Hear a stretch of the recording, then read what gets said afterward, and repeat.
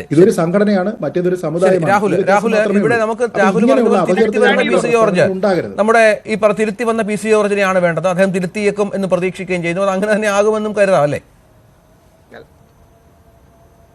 രാഹുൽ?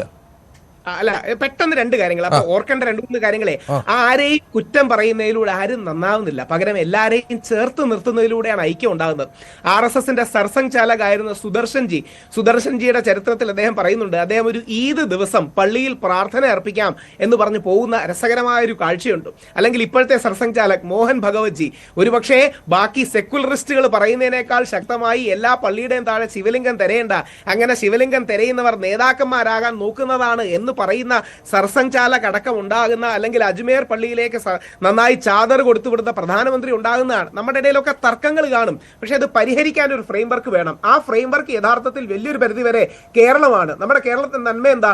നമ്മുടെ മലപ്പുറം മേഖലയിൽ അടക്കമുള്ള തളി ക്ഷേത്രങ്ങളിലെ അയ്യപ്പൻ വിളക്കിന് ഏറ്റവും ആ ഗസ്റ്റ് കൺകുളിർക്ക നമ്മൾ കാണുന്നത് പാണക്കാട് തങ്ങന്മാരെയും കുഞ്ഞാലിക്കുട്ടി സാറിനെയും ഒക്കെയാണ്. എനിക്ക് ഓർമ്മയുണ്ട്, പണ്ട് തളി ക്ഷേത്രത്തിൽ ഈ തീപിടുത്തം ഉണ്ടായപ്പോൾ ആദ്യം ഓടിയെത്തിയത് നമ്മളെല്ലാം വിട്ടുപിരിഞ്ഞ വളരെ മുതിർന്ന തങ്ങൾ അദ്ദേഹമാണ് ആദ്യം എവിടെ ഓടിയെത്തുന്നത്. നമ്മുടെ കേരളത്തിന്റെ ഒരു ഐക്യവും നന്മ ഇതാണ്. ഇതിനർത്ഥം നമ്മൾ പെർഫെക്റ്റ് ആണെന്നോ പ്രശ്നമില്ലെന്നോ ഒന്നും അല്ല. പ്രശ്നങ്ങൾ ഉണ്ടാവും. നമ്മുടെ നാട്ടിൽ ഇപ്പൊ മാർട്ടിനെ പോലുള്ളവരുണ്ടാവും, അല്ലെങ്കിൽ ICC ചേരാൻ പോയ 110 പേരുണ്ടാവും, അല്ലെങ്കിൽ ഹിന്ദു സമുദായത്തിൽ സമാനമായ പ്രശ്നങ്ങൾ ഉണ്ടാകും. അതൊന്നും ഇല്ലെന്നല്ല. പക്ഷേ ആരെയും വിമർശിച്ചോ അല്ലെങ്കിൽ അധിക്ഷേപിച്ചോ ഏലിയനേറ്റ് ചെയ്തുകൊണ്ടോ അല്ല, നമ്മുടെ നന്മ എന്ന് പറഞ്ഞാൽ ആ ഒരുമയാണ്. ഒറ്റ വരി കൂടെ പറഞ്ഞ് അവസാനിപ്പിക്കാം. അതിന് കേരളത്തിന്റെ പൈതൃകം, ഈ ആർഷഭാരത സംസ്കാരം ആ അർത്ഥത്തിൽ ഏറ്റവും നന്നായി കേരളത്തിലാണ്. കാര്യം നമ്മുടെ പ്രധാനമന്ത്രി തന്നെ മക്കയിലെ അല്ലെങ്കിൽ സൗദി അറേബ്യയിൽ പോകുമ്പോൾ ലോകത്തിലെ ഏറ്റവും സൗദി അറേബ്യക്ക് വെളിയിലുള്ള പള്ളിയായ നമ്മുടെ ചേരമൻ പെരുമാൾ പള്ളിയുടെ ഒരു ഗോൾഡ് റെപ്ലിക്കയാണ് കൊടുക്കുന്നത്. രാജ്നാഥ് സിംഗ് ജി പറയുന്നുണ്ട്, ലോകത്തിലെ ഏറ്റവും ചരിത്ര പ്രാധാന്യമുള്ള ക്രിസ്ത്യാനികൾ നമ്മുടെ കേരളത്തിനാണ് ഉള്ളതെന്ന്. ജൂതന്മാർ അവരുടെ ചരിത്രത്തിൽ ആദ്യമായി വരുന്ന സ്ഥലങ്ങളിൽ ഒന്ന് നമ്മുടെ കേരളമാണ്. അപ്പൊ ഈ മതസൗഹാർദ്ദത്തിന്റെ മോഡലാണ് നമ്മൾ യഥാർത്ഥത്തിൽ ഈ ഇന്ത്യക്ക്, അല്ലെങ്കിൽ ഇന്ത്യയുടെയും മതസൗഹാർദ്ദ മോഡൽ അത് തന്നെയാണ്. അപ്പൊ ഇതിൽ വിള്ളൽ ഉണ്ടാക്കിയാൽ, ഇനി ആരെങ്കിലും തെറ്റ് പറഞ്ഞാൽ, അങ്ങോട്ടും ഇങ്ങോട്ടും സ്പർശം ഉണ്ടാക്കിയാൽ അവരെ പറഞ്ഞ് ശരിയാക്കി മുമ്പോട്ട് പോകുന്ന ഒരു ആറ്റിറ്റ്യൂഡ്, ഒരു കൺസെൻസസ് ബിൽഡിംഗ് ആറ്റിറ്റ്യൂഡാണ്. എന്റെ ഓർമ്മ ശരിയാണെങ്കിൽ കുറച്ച് വർഷങ്ങൾക്ക് മുമ്പ് നമ്മുടെ ചില മുസ്ലിം പണ്ഡിതന്മാർ ശശികല ടീച്ചറിനെ അടക്കം ചെന്ന് കാണുകയും സൗഹൃദ സംഭാഷണമൊക്കെ നടത്തുകയും ചെയ്തു. ഇങ്ങനെയല്ലേ പുതിയ സമവായങ്ങൾ സൃഷ്ടിക്കേണ്ടത്? ഇങ്ങനെയല്ലേ പുതിയ ഇക്വേഷൻസ് അങ്ങനെ മാതൃക സൃഷ്ടിക്കേണ്ടതാണ് നമ്മുടെ സമൂഹത്തിൽ, നമ്മുടെ പൊതുസമൂഹത്തിൽ പ്രത്യേകിച്ചും. തിരിച്ചു വരാം ഷാക്കിർ. വളരെ പെട്ടെന്ന് ശ്രീജിത്തിനും രാഹുലിനും മറുപടി പറഞ്ഞ് അവസാനിപ്പിക്കാം. അതായത് പിന്നെ ഈ RSSനെ വെള്ള പൂശുന്ന എൻ്റെ സുഹൃത്ത് രജിത് പണിക്കരുടെ കണ്ടിട്ട് സഹതാപം തോന്നുകയാണ്. RSS മഹാത്മാഗാന്ധിജിയുടെ കൊലപാതകത്തിൽ പങ്കുണ്ട് എന്ന് ആരോപിക്കപ്പെടുന്നവരും അതിന് ഉത്തരവാദിത്തപ്പെട്ട ആളുകൾ പ്രതിയായതുമാണ്. അതിനുശേഷം ഇങ്ങോട്ട് ഈ അടുത്ത കാലം വരെ ഏറ്റവും അടുത്ത എത്രയോ ആളുകളുണ്ട്.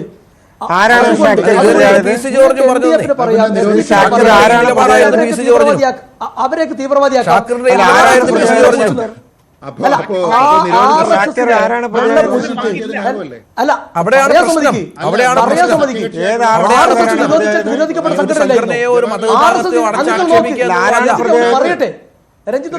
സംഭവങ്ങളെ പറഞ്ഞതുപോലെ PC ജോർജ് പറഞ്ഞത് ഈ തരത്തിൽ തന്നെയാണ്, ഈ ഭാഷയിലാണ്. നിരോധനം കളഞ്ഞത് പറഞ്ഞതുകൊണ്ട് നിങ്ങൾ എനിക്ക് എന്ത് ചാപ്പ് കുത്തിയാലും ഞാനിതിന് സ്വാഗതം ചെയ്യുന്നു.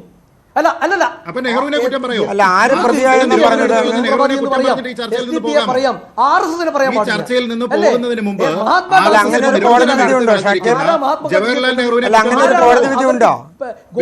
പ്രേരണയായതാരാണ്? ഗോഡ്സേക്ക് പ്രേരണയായതാരാണ്?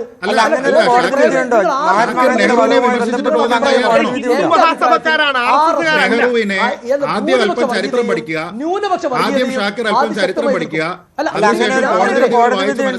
പഠിക്കുക, എന്നിട്ട് ജവഹർലാൽ നെഹ്റുവിനെ കുറ്റം പറയുക. ഇവർ അവസരം തന്നു. എന്റെ അഭിപ്രായം ഞാൻ പറയട്ടെ, എന്റെ വായ കയറിയിരിക്കല്ലേ?